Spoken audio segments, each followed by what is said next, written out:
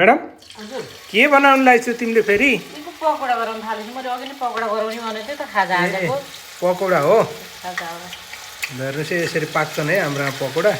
त्यो पाकेर भ्याएका पकौडा पनि छन् है हेर्नुहोस् है हेर्नुहोस् यसरी पाक्छन् चम्चाले हो म्याडमले चम्चाले यहाँ हात उचेर गएर धोइरहनुपर्छ धोइरहनु पर्छ अनि चम्चाले ढ्याक्का बेच्ने होइन केही होइन खानालाई सेप जस्तो पनि भइहाल्दैन राम्रा राम्रा हुँदैछन् है हामी पुरै देखाउँछौँ है यस्ता भयो है हाम्रो पाकेर ल हेर्नुहोस् है कस्तो राम्रा भएको छ फर्काउँदैछु फर्काउँदै ल हेर्नुहोस् है ए हाम्रो म्याडमले बनाउन सिप्चा छ म्याडमको जाँगर कम छ भनेको अलरेडी पाके है हाम्रो सानो पनि गरायो थोरै थोरै हुन्छ कि एक घानमा 5-7वटा मात्र हुन्छ अनि यति राम्रो भएको छ यति राम्रो भएको छ यो शुद्ध अर्ग्यानिक चटनी पनि छ